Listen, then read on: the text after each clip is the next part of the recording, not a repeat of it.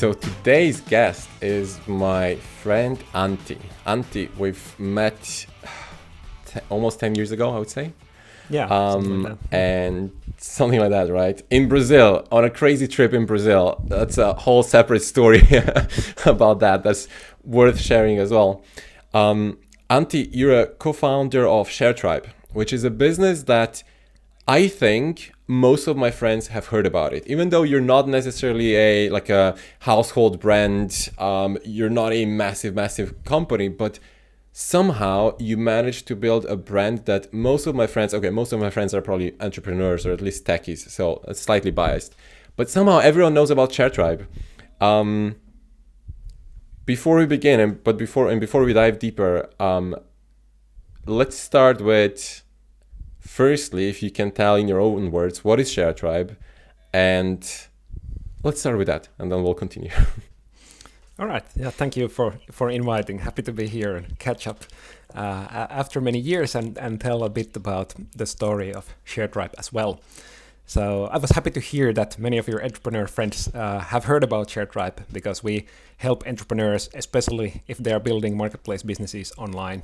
So we make tools to make it easier, cheaper, faster to get started online with any type of marketplace business, and also how to scale the business so that entrepreneurs don't need to reinvent the wheel and build the whole technology themselves, but they can focus on the essentials, starting with no-code solutions and then move to partly their own coding, but still using existing parts to make things more scalable and robust for even big scale marketplaces.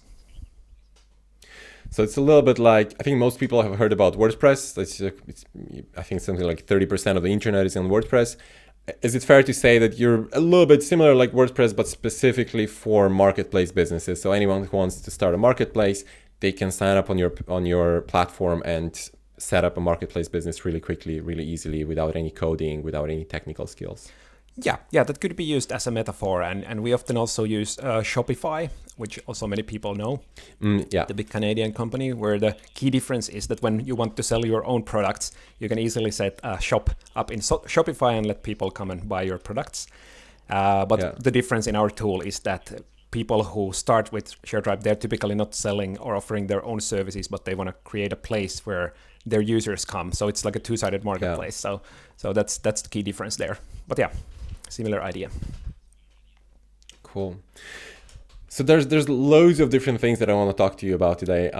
From the way how you structured your company, how you raised funding in a kind of a unique way, the kind of company culture that you have, the open company, right, or open startup type of information sharing that you decided to choose. I think there are a lot of things that you do in a sort of unconventional way that's hopefully better for everyone involved, and would love to talk more about that.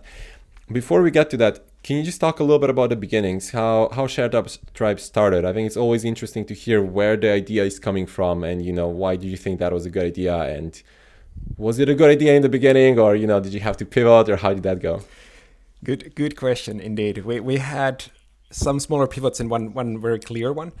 And the current business idea of helping entrepreneurs build online marketplaces, that came through trial and error when we were trying to do something a little bit different. So the idea before that was to create online marketplaces for local contexts, like university campuses or internally in big corporations, or just for the neighborhood in the city. And that got started because me and my co-founder Juho, we were doing our master's thesis at the university, and there the research project wanted to build online marketplace for the university campus and do like a social science research focusing on what people exchange, how do they sell or order services, and what kind of stuff goes through the marketplace. So we didn't have that original idea ourselves. We kind of were employed to build that. And when the research project ended, we were able to use the code that we were building during the couple of years. And then we tried to sell that to other universities because we've proven that it was working nicely for one university campus. But that wasn't a great business model because universities don't have a huge need for internal marketplaces. So it was kind of a nice to have product. But on the process, while trying to do that, we were contacted by some entrepreneurs who had a marketplace idea, and they noticed it's very expensive to build one, and if they don't know how to code themselves, they would need to hire someone and so on. So they asked, could they hire us to modify our university marketplace to fit their context? And that happened like a couple of times, and we thought that, hey, we should try that. And we did one pilot, made modifications, and realized that there is demand, and there were not many products answering that demand at the time. So it was around 2013, 2014. 2014 we launched the first Sharetribe Go that allowed, for the international markets, that allowed people to easily, without coding, create a marketplace. So that was based on the code for university marketplaces, but modified for this purpose. Okay, so it's interesting how it started for you. So it was actually, well, you were sort of hired, as you said, to build something, and that's hopefully proves the model, at least to some extent, right? Somebody had a need big enough that they were willing to pay you to actually build that. And then through that, while going through that journey, you found the actual more scalable, more feasible business model, right? Which I think is pretty good. One thing that I often talk about, especially with younger founders or aspiring entrepreneurs, they're like, I'm not sure which idea to start. I'm not sure what to work on. And I say, well, just start something. It's probably not going to be the right thing, but that's okay. While you're doing that, you get new insights, you meet new people, you find some potential clients, and they tell you, no, you should do this, you should do that. And you eventually, that's a much more likely approach to actually find something that will be a real feasible business idea than if you just think about it or you just kind of read about it. Yeah, that worked in our case. But something I want to add there, that if there is a clear problem to start with, it can make things easier. So we definitely suffered a bit from not following that instruction, but we kind of had built a hammer because someone needed it for the research project, and then we were looking for nails with the hammer for a while. So if you can start with a problem, that's probably better. So we were wandering around, and luckily enough, we found people with the problem that we could solve by modifying our hammer. But still, the advice we often try to give also for marketplace entrepreneurs is to notice first the problem or the friction on some market where you want to build the marketplace, or for any other business. Like if you can go problem first, then the solutions will follow. But if you have a solution that you love, it's harder to make the pivot, I think. And pivots are often needed, like in our case as well. Often, yes, yeah. Yeah, there are some famous pivots that I may have talked about on the podcast. I'm not sure, but like, was it YouTube that started like a dating app or something? It was like a video-focused dating app, and then they realized that nobody really wants that. But they, in the process of building that, they created this really good video compression algorithm or something, or the whole process of uploading videos. And they said, well, we might as well just focus on that. That's something that seems like the world needs. And well, look at them now. And then Instagram was something more similar to Foursquare. So it was really focused on just check-ins, checking in specific geographical location. And it was kind of a similar story. In the process of building that, they realized that nobody really wants that, but they managed to build really good photo sharing, or again, something related to photos, some kind of tech, cutting edge tech related to photos. And we're like, well, we might as well then just focus on this. And well, that's how Instagram happened. So yeah. One example to add from marketplace is what I've heard about Airbnb, that it used to have longer name, Airbed and Breakfast, and it was for the people during big events when hotels run out of space, that you can earn some money and people can find a place to airbed to sleep on, but they didn't maybe plan that they would be challenging the hotels in the long run.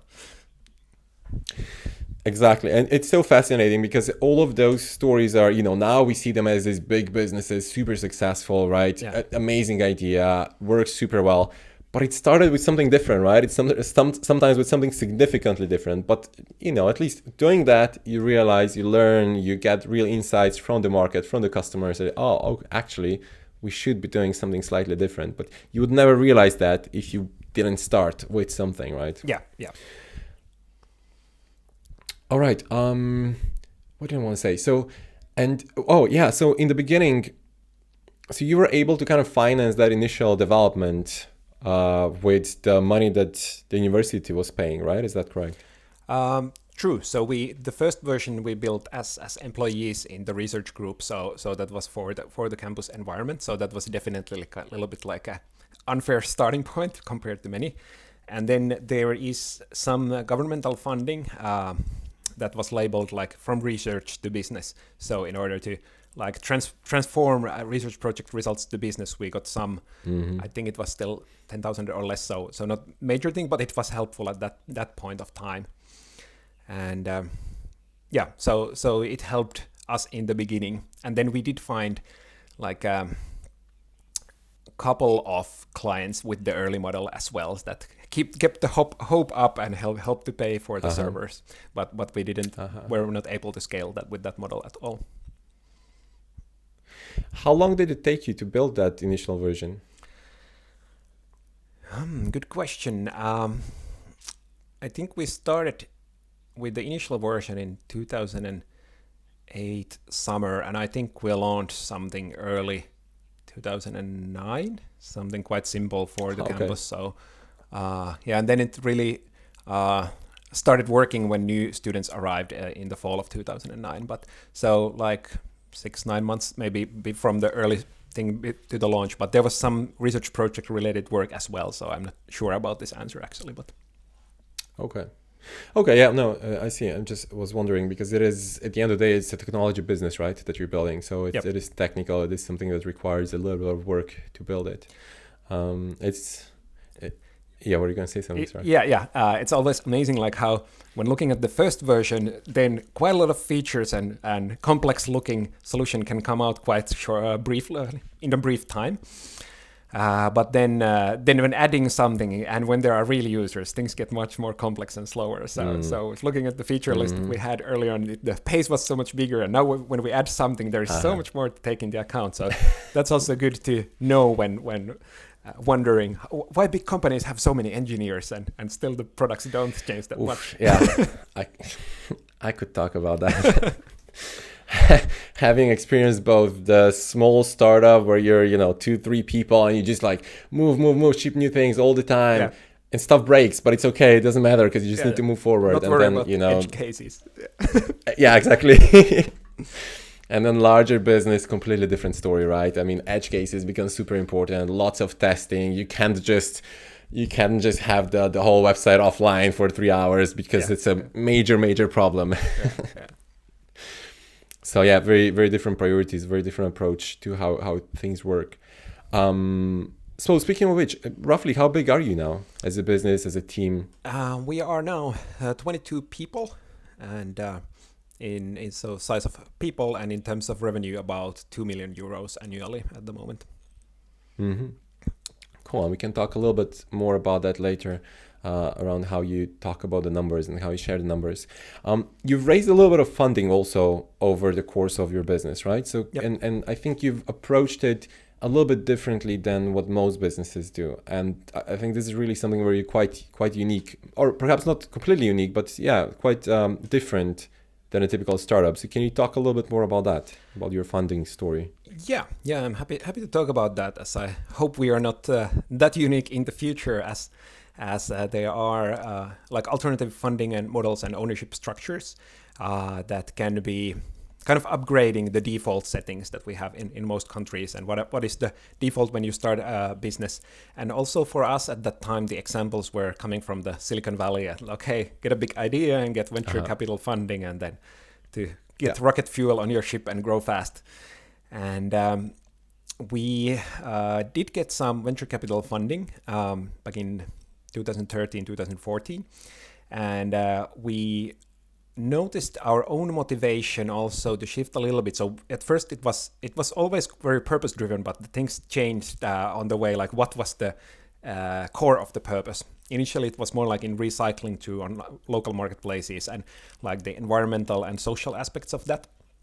And then later on we started focusing more on how we can enable marketplace entrepreneurs to make fair marketplaces that can compete with the big giants. And we noticed that many times idealistic entrepreneurs start with something where they want to change something for the better on the market. Then they raise a lot of funding, and at some point there comes the tipping point that majority of the votes is in the hands of people for whom the company is mainly a monetary investment. And then when the decision-making power is there, then things typically continue on the same tracks until there comes a decisive moment that, okay, we need to prioritize now profits or the mission. And then it gets hard in most cases for the founders to safeguard the mission if there is a lot of capital taken with the method of selling the voting power out. And we noticed this happening, also several marketplace examples of that. And we thought that, well, one way to challenge these is that if we can offer very affordable software for the marketplace entrepreneurs, they need less capital for building it. So we can change the situation in or be at least part of the solution. But in that process, we got then questions from these marketplace founders that, what about yourself? If you do our software and you are venture funded and you raise more funding, won't the same thing happen? And then you will squeeze everything possible out from here by raising prices or whatever happens. And we were thinking that, yeah, that's a good question, actually. Like we can now say that we have majority of votes and we are on this mission, but who knows what happens tomorrow? And that made us thinking. And then in 2017, we met a group called the Purpose Network. I think it's based in Central Europe, Germany and Switzerland, but has now operations in at least North and South America as well. And they had been researching this problem of how the ownership changes companies as they mature and get more funding. And they noticed that there are different style of companies where the ownership is held in the company or held by a foundation or somehow kept in the hands of the people who are working there. And they came up with a model called steward ownership, where the idea is that the decision-making power always stays in the company and the capital gains from the company are limited. So this is kind of a hack to the capitalistic system where people, when they invest in a company, they own shares that have capital gains and voting rights, and it's kind of incentive to always vote for maximizing the profit. But then when those are split, so the decision-making votes stay in the company with people who work there, and it can still take capital investment, but it's limited. So in our case, now I get finally to our case of raising funding. Then in a new round in 2018, we raised it so that we changed the ownership structure at the same time, and we promised to the investors that, hey, you can invest now, you get shares, but there is no voting power, and you can only get the capital as capital gains 5 times the money you put in. And then the question might be that's the maximum that you can get. Yeah. So instead of paying dividends, we purchase back the shares after profitable years with 5 times the original price. So what varies is the duration, how long it takes. So we need to have enough profitable years so that we can purchase those back. And as many listeners might be wondering at this point, okay, it sounds like a worse investments because you don't get the vote and you are capped in returns. And that does limit the possibility, the pool of investors that who could invest in you.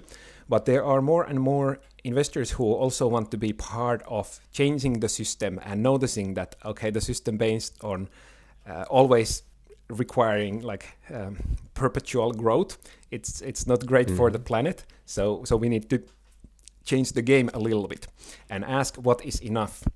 So if you put the multiplier enough in comparison to the risk of the company, then it can become like when asking the investor, like, okay, do you really need the voting power if there are other safeguards for your investment? And how much would be enough multiplier that this would be a good investment for you? So then with playing that game, you can find a multiplier. And in our case, we were able to raise over 1 million euros with this multiplier of 5 with the steward ownership model. And did you have to go and raise from some particular investors who are actually interested in that? I would imagine that not every venture fund would be interested in this kind of model, right? Yeah, you're correct. Most venture capital funds are based on the mathematics that it's they want these like high risk cases. They either return like 20 or 100 times the capital, and 9 out of 10 maybe go bankrupt. So then having like 1.5x case there is like not helping it's not solving their situation. So those are basically outruled by this, but there are a lot of like impact fund, and also this Purpose Ventures has fund. They became like our anchor investors. So they invested 200,000. Then we found a lot of angel investors, mostly from Finland, but a little bit from our network as well. And then we did a crowdfunding campaign. So we combined all of these with the same terms for everybody. So there were no big VC funds in this investment round. And so if you were going to raise another round, would you approach it in a similar way and also structure it similarly, and also partially from VCs, partially from angels, and include crowdfunding as well? Yeah, that is a good question. And we currently are not haven't been planning that, but this model, because this takes a step from the equity-based investment towards like a loan-based investment, or it's a little bit similar in terms of that what you're going to get. It's not based on maximizing the value of the company and then selling it out, which is another key thing here as well, that often when companies got sold to a new owner, they buy it because they think they can make more profit with it, which often changes the course or might not be so great for the employees, etc., etc. But here we can't actually do that. So when we changed the official articles of association, we also did a little, some lockdowns there. So we cannot go completely back to the old model, but we are have locked down the limitation that the sharing of capital gains, this important point that I forgot to mention, it's not only for the new investors, but it's for everybody. So the idea is the company is primarily working for its purpose, and it pays to the risk takers money, but only in what has been agreed beforehand as the maximum value. So that forced also us as entrepreneurs ask what would be enough, and also with early employees with options, and we had this discussion. So for all the shares, we did the split, like here is the voting share, here is the capital gain earning share, and those shares will be bought back with predefined prices. And as we've looked now this model, the new funding rounds would need to follow more or less the similar logic. So we can create new of these funds or new of these shares, but then we need approval from the earlier ones, like what's the priority of buybacks of those shares. So it... Okay, so we had a bit of a technical issue there. Maybe Antti's recording cut at some point. So we're gonna just wrap up what we were talking about the last few minutes. So yeah, not to go too deep into the whole investing part, because it can be very, very interesting for some people, but maybe very random for those who are not looking into funding right now. Antti and his co-founder, they did write a blog post on this subject. So anyone who's interested to read more about it, we're going to link to that blog post in the podcast notes in the description. So whoever's interested, go ahead, check it out. You can click on the link. And now, going on to the next subject. So marketing and branding. As I was saying in the beginning of the podcast, I think that pretty much each one of my friends have heard about Sharetribe before. So somehow you managed to build a really strong brand that's really out there somehow, even though, as I said, I don't have that many friends who run marketplaces. But if I were to ask my friends, hey, what should I do if I want to start a marketplace business? I think many of them would direct me to your website and they'd say, just sign up for Sharetribe and just look at their blog posts, because they have a lot of content on that subject. So how did you manage to build such quite a well-known brand, even though it's maybe not a massive business? Yeah, thanks for asking, and as I said, happy to hear that, because we are not always. It's hard to sometimes measure like how well known we are in certain circles. But few things that I can think of that some are more repeatable than others. Because one was, like I said, that in the early times when we noticed that, hey, entrepreneurs need a marketplace platform, there were not so many candidates to choose from. So that helped in the beginning. that if we were almost the only solution or the only one that had like a good international coverage, many people were pointing us. But that's only part of the things that helps get started. And I think, as you mentioned, blog post and content has been one even more important than the starting early. Because then when there started to be competitors, then like where do people come from and how to reach people in the right stage? Like that has been hard for our marketing, like how to find out where the marketplace entrepreneurs are gathering before they start building something. And so our outbound outreach has been difficult. But then we thought that, okay, when people start doing the research, then we should be found. So we have put heavy emphasis on content. We have a site called Marketplace Academy, where we publish a lot of blog posts. We interview marketplace entrepreneurs. We talk about funding for marketplaces and insurances and all kind of different themes, marketplace business models and so on. So there is like a double purpose. It also helps our customers to succeed, which means that they stay longer. As we are a subscription-based business, that makes a lot of sense. Yeah. And then people who are looking answers for those problems that have not heard about our platforms, then they might Google and end up on our article and then find out that, hey, we also have tools that can help in this. So that's probably the key thing. And we did even create a book, like wrapping some of the guide-spirited marketplace articles in a book called The Lean Marketplace. So it's like how to apply the lean startup methods specifically to the marketplace concept. And that was also something that was not so much written about. So as ebook and as Amazon, like a paper book that's available. So that also helped probably to solidify the position that, hey, these guys have been on the marketplace business for a long time and they know what they are talking about. So that seems to have worked well. And I feel like you're good at naming things, because Marketplace Academy is, if I'm starting a marketplace business, it just sounds like the place to go.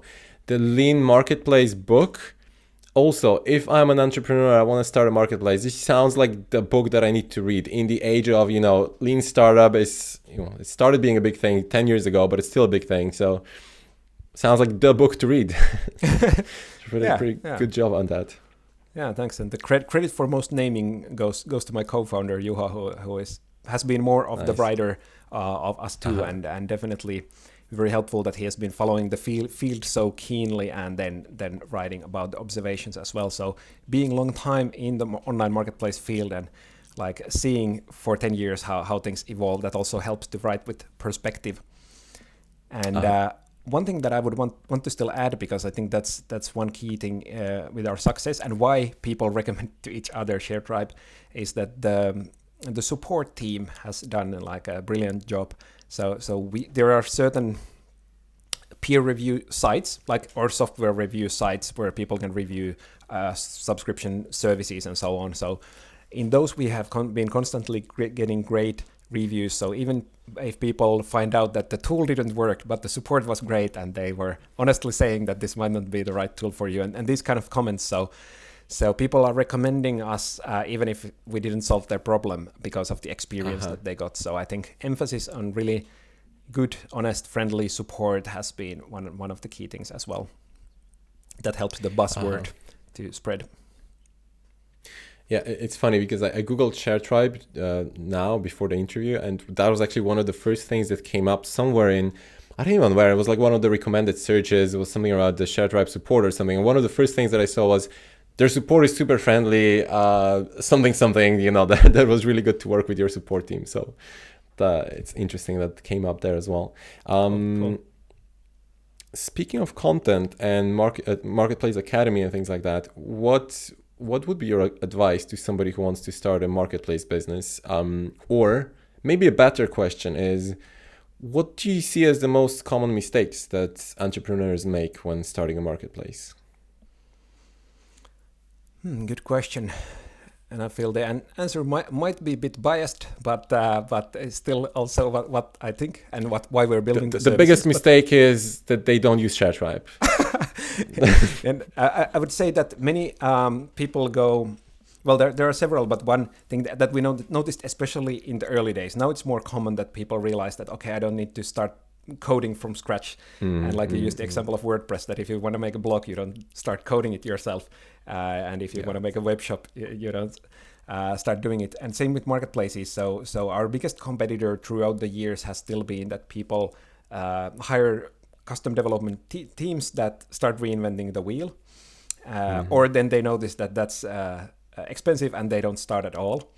So and this applies also to other businesses than just marketplaces. So we do tools for marketplaces, but there are for many purposes a lot of like good templates tools, no-code tools. So and this links to the lean startup ideology as well. So don't build too much. Try to test the idea with cheapest, fastest prototype that you can. So I think that's one key thing, because I could also say that many people start marketplaces for something where the need is not that big, but it's often hard to know it without testing. And that's something where we can also help to make it very quick to do a prototype and put it to your audience, see if it resonates, if there is actual demand. Because what people say when you ask them is typically a little different than how they behave when you put a product in front of them. So 100%, yeah. Yeah, I would still say that. And another one specific for marketplaces is the focus. Like we've seen over the years that the quite tightly focused niche marketplaces are on average doing better than very widely focused. Like if many people have the idea that, hey, this could be the general hub for renting everything in the city. But then it's very hard to advertise that and for people to grasp, hey, what should I put here?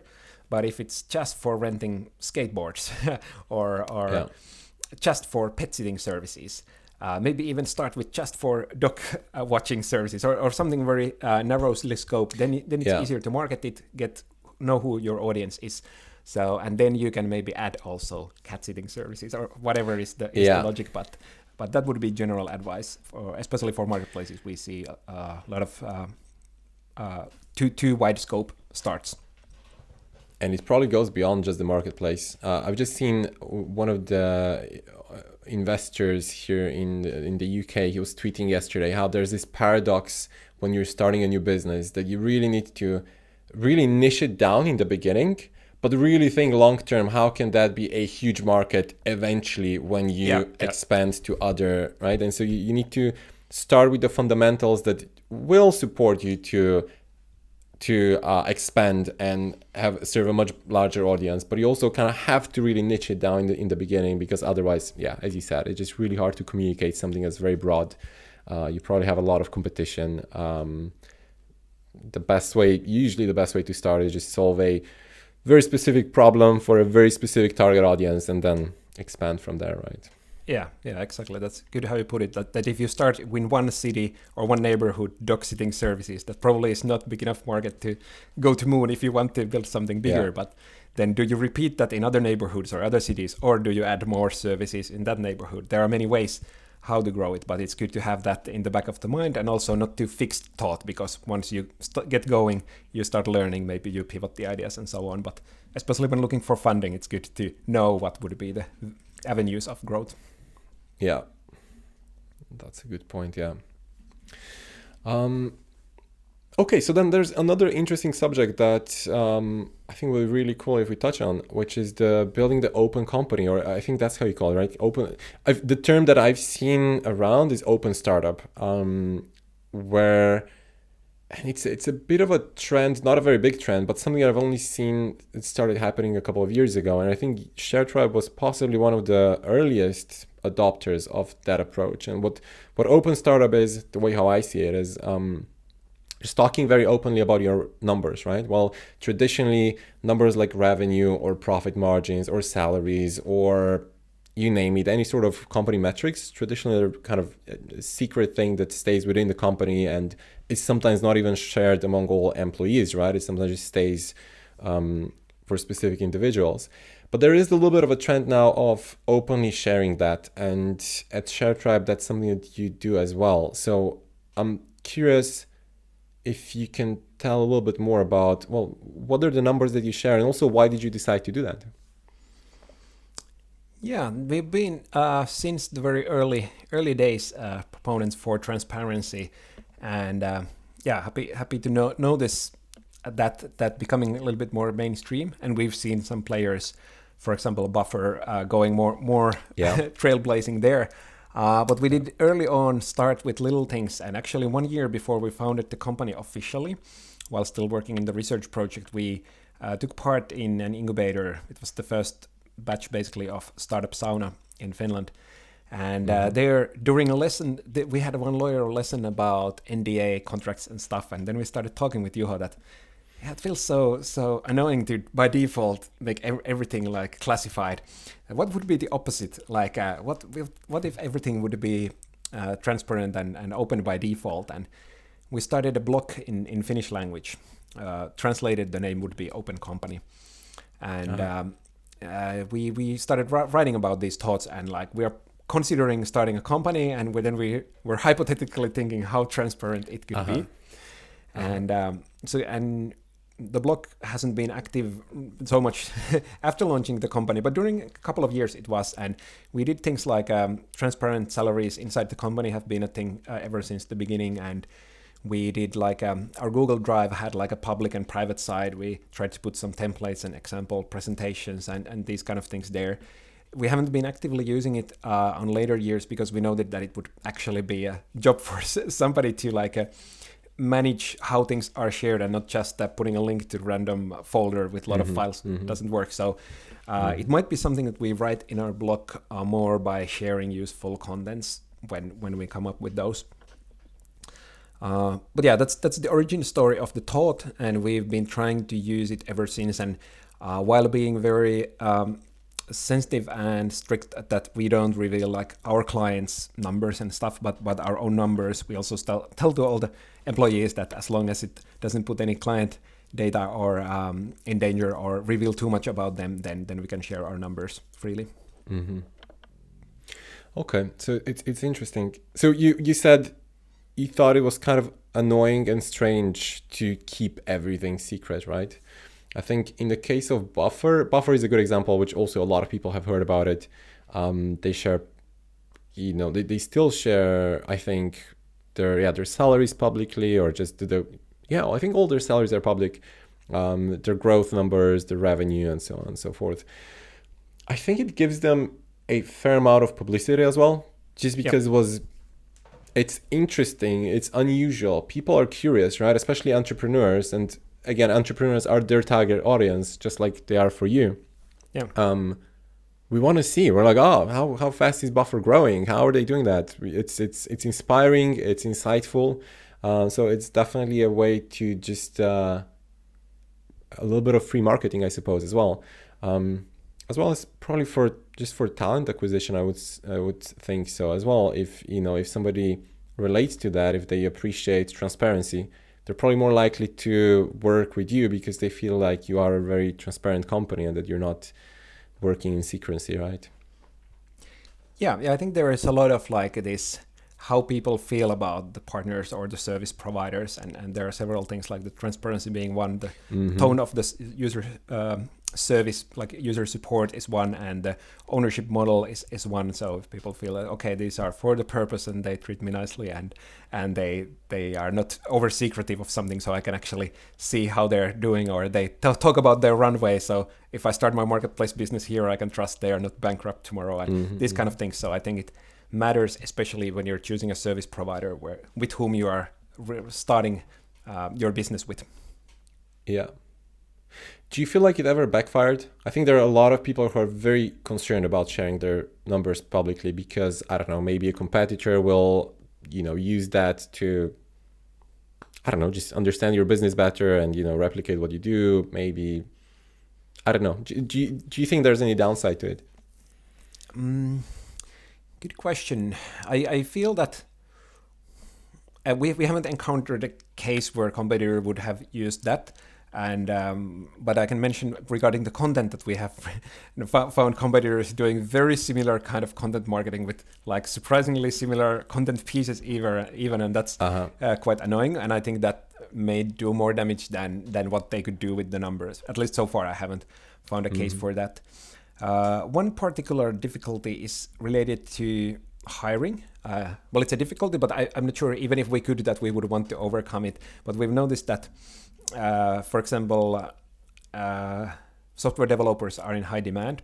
In Finland, the salaries have been rising a lot. So a couple of times we've encountered that when we are trying to recruit new people, that okay, the salary demands are actually quite high, and it would not make sense to pay this one so much in comparison with our existing employees, because they have a lot of experience in field and in our company, so they should be earning more. So then we are like, okay, we cannot hire this guy, or we need to pay our earlier employees more. And if the salaries would not be public, we could maybe think that, okay, let's make a deal with a bit bigger thing so that we catch this person in and maybe be balanced later, but there wouldn't be this strict enforcing. And when thinking about it, then we've always noted that actually we are glad that we have this strict enforcing, because then we have had to do the right thing and lift our existing people's salaries as well. So sometimes it meant we didn't hire the person. Sometimes it felt that we did this balancing move. So but it's certainly a thing that affects these things. So we need to always take care that the salaries are in fair balance, which is good. Which is good, which is fair. Very interesting, very cool. Yeah, another example that comes to mind, a guy that I really like to follow. Do you know who's Peter Levels? I don't know, actually. A very fascinating guy. So I think I've talked about him on the podcast before. But so Peter Levels, he's big on Twitter. I think his username is Levels.io. He's been building in public since the beginning. So he just talks about, what he's going to build next. And as he builds things, he's like, oh, today I released this feature, tomorrow I released this feature. Oh, here's a bug that I just found. Oh shit, I better fix that soon. That's pretty bad. Those kind of things. He's just very openly talking about the things that he's creating. He's doing, I think, close to, this is crazy. This is going to be crazy for you. He's doing, I think, close to 2 million in revenue. And he's the only employee. So it's just himself. I think he has one guy who's a freelancer to deal with server issues whenever he has some kind of downtime on any sort of big server problems. I think he may have 1 or 2 people who help him with support also on a part-time basis, which is nuts. And his profit margins are very, very high. And the kind of products that he builds is mainly focused on remote work, digital nomads. I think his most successful business is nomadlist.com, I suppose, which you may have heard about. It's like a list of places that you can go and work for. So there's like an ordered list of different cities in the world and how friendly they are for remote work, right? So you can also, you can select what's important for you. You can see how good internet speed is, or how safe it is, or how good food they have, etc., etc. How much are the costs? So that, and that's the platform that he built, and I think mostly he's making revenue out of sponsorships, ads, not sponsorships, sorry, ads on that platform, and probably a few other revenue streams. So, very profitable business. And he talks about it very publicly. He has a few other businesses, or a few other projects, I should say. Some of them are profitable, some of them are not. It's very interesting. He also shared that over the course of the last 7 or so years, since he's been an entrepreneur, he launched around 100 different websites. And I think it's just like 4 or 5 of them that are actually making money, that are a sustainable business. So interesting stats. Yeah. Quite interesting. Yeah. Which I think is also, it's just the reality of entrepreneurship, right? A lot of things are not going to work, but if you try many things, that some of them are going to work. Every project that he launches, he shares very publicly all the numbers as well, including like traffic and revenue, profit margins, a bunch of things. So he's an interesting example to look at as well. Thanks for sharing. A slightly different business, but a very interesting example. Very good source to learn from as well, just because he talks so openly all the time about everything that he's doing.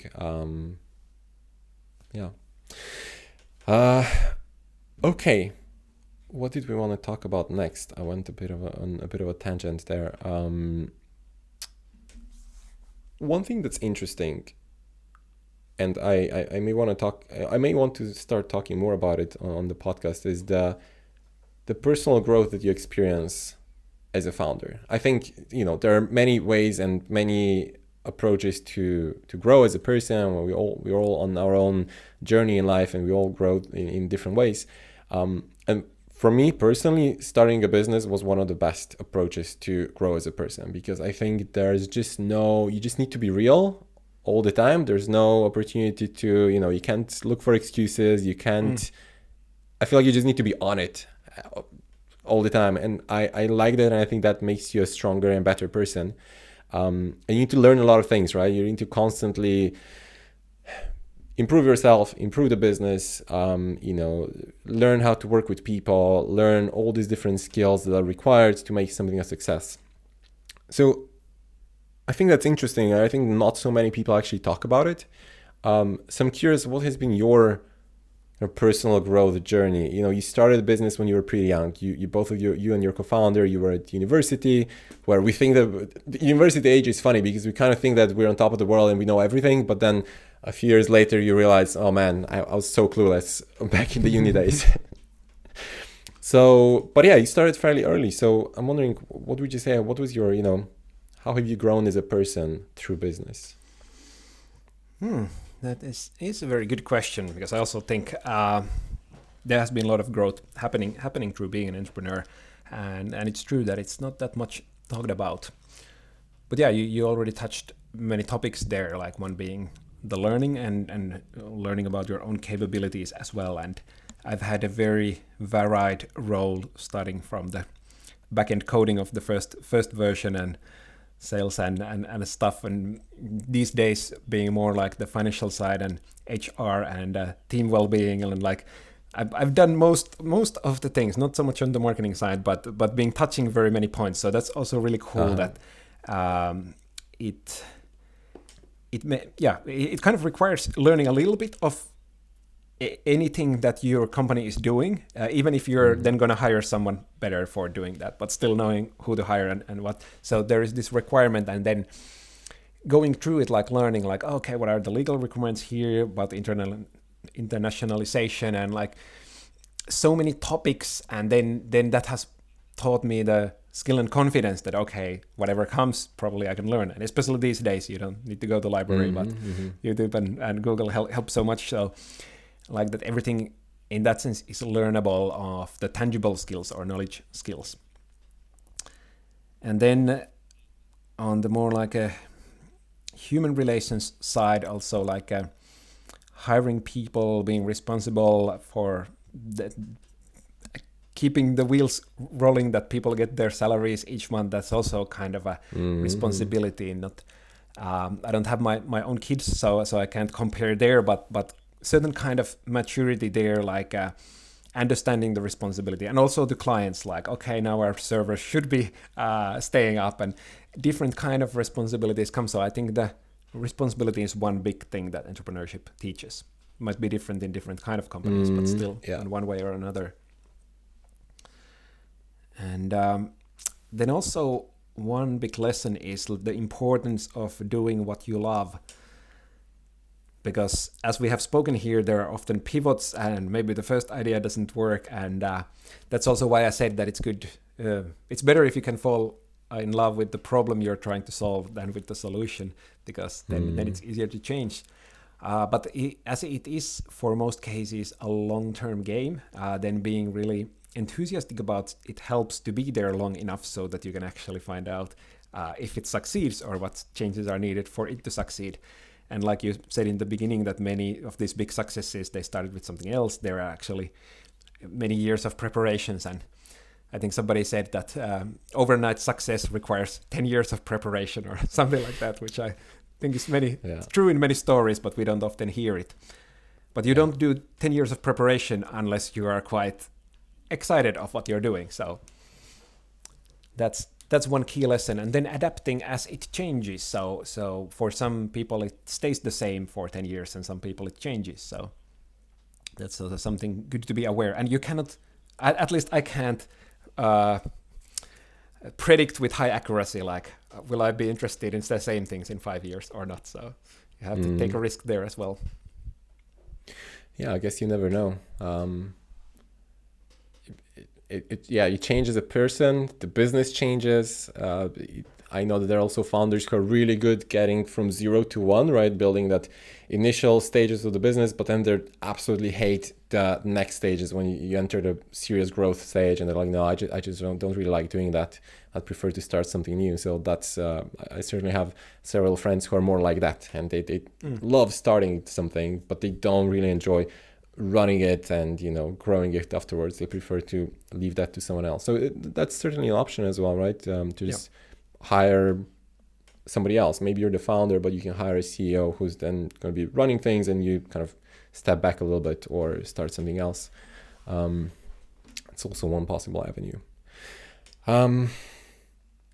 Yeah, it's interesting. And perseverance, as you said, you have to be excited about it. And even when you're excited, it sometimes gets hard, right? Sometimes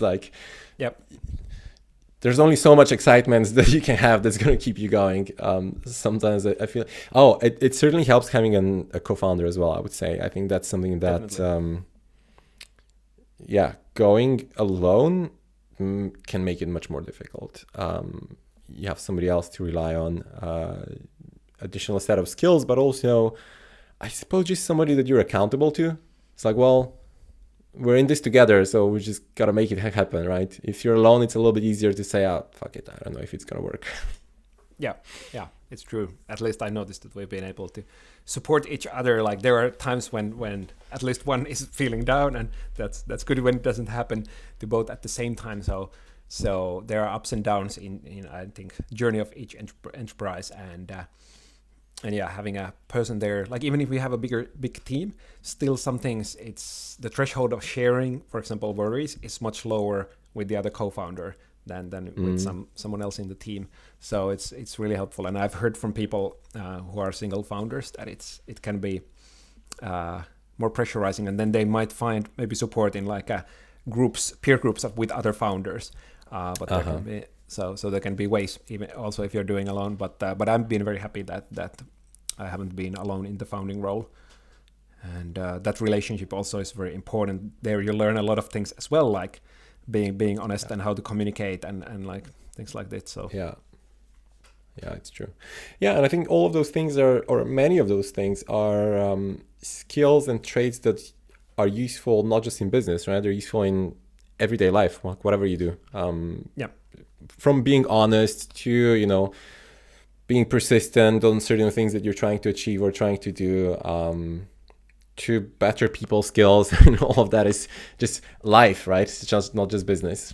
Yeah, because ultimately, like, all the businesses are helping someone who is the client or who pays for the business is getting something valuable. So you're in a kind of way, everybody's helping someone, and then you need to approach them or convince them somehow that your help is worth the offer. And so it's a lot of communication. Like, could be said that it's sales, but I think it's a lot of communication, building trust, and delivering what you promise. So those are indeed good life skills in general. Yeah. Cool. Okay, so to slowly start wrapping up, one thing that we typically like to talk about on this podcast towards the end is business ideas, or any sort of opportunities that you see as as somebody who's running a business. What do you think? What are opportunities for entrepreneurs, or what would be your advice for somebody who's thinking of starting something and maybe they're not sure where to begin? Yeah, now this things from this discussion circulating in my head, and also the Peter Level's example of like starting maybe low effort many things and seeing what sticks there. So that can be one way. And as I mentioned earlier, this like finding out the cheap, perhaps no code tools, finding out ways to test your ideas, and before falling too deeply in there. So it's also kind of a balanced thing, like find something that you're really excited, but not carving in stone that this is what I'll do for the next 10 years. So it's a very good point. Experimenting on the area that you are excited in, and then looking of how things work at the moment on that area of your interests or your passion. Because in many areas there are some frictions. People might not see those well because they're used to how things are being done in that field. But again, I pick an example from the marketplace world that I've been observing a lot, that many times online marketplaces come on the field where things are already happening. Like people call plumbers when they have problems or something, but then the plumbers have a number in some yellow pages or something, and then somebody builds an online marketplace that makes it super easy to find a plumber nearby or whatever it is. Even if the system works already, you can think if you can reduce friction, make it more affordable, make it more smoother, make it better for the people. Like how if you see something that you would like to improve, like how can you improve it at least for one side of the system, and that can sometimes be enough. And then talking to those people, like ask how they're doing things and if there are any frustrations or something they would wish.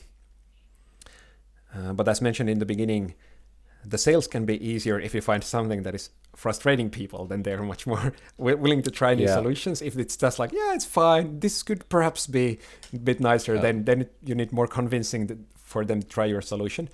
But if you really can help people that you care about in the field that you care about, that's good for the motivation. And I link a little bit back also to this, like one key in providing good support is being like a very motivated to help entrepreneurs to succeed in marketplaces. So it wouldn't work if there wouldn't be this like genuine motivation. So again, speaking towards pick a field that you feel is important and how your work can make at least the life of those people maybe better or maybe even improve the world in some way, which is kind of a cliche, but also can promote a lot to the motivation over the years. Some very good points, one analogy that I hear often is to think whether your business or your product or your solution, is it a vitamin or is it a painkiller, right? A painkiller is something that you need because you have a pain, you really need the solution for it. A vitamin is something like, it's not, you should take them every day, but if you don't, it's also fine. That's certainly one way to think about it. It's good analogy, and I think it tells a lot about the easiness of the sale. But also it's good to point out here, I think, that there is a market for the vitamins as well, and the world we like to see is very big, where people take their vitamins and they need less of the painkillers, but still when they need, it's an easier sell. So very good point. You might need to go a little bit heavier on the marketing side if you're selling something that's not such a painful problem necessarily, right? More educating people or about things and so on. Cool. All right, Antti, it was a pleasure catching up with you, having you on the podcast. I hope we catch up again sometime soon, in person possibly. Haven't seen you in years. That would be great. So even if things work remotely easily these days, which is good, but it doesn't beat the live connection. So that would be wonderful. But been really nice to catch up, and thanks for good question on topics that I feel very excited to share about. So it's nice to share from the story, and hopefully the ideas and passion can help people on their journey with some new ideas. I'm sure that many people will find this very interesting and insightful. So thanks for sharing. Thank you. Take care.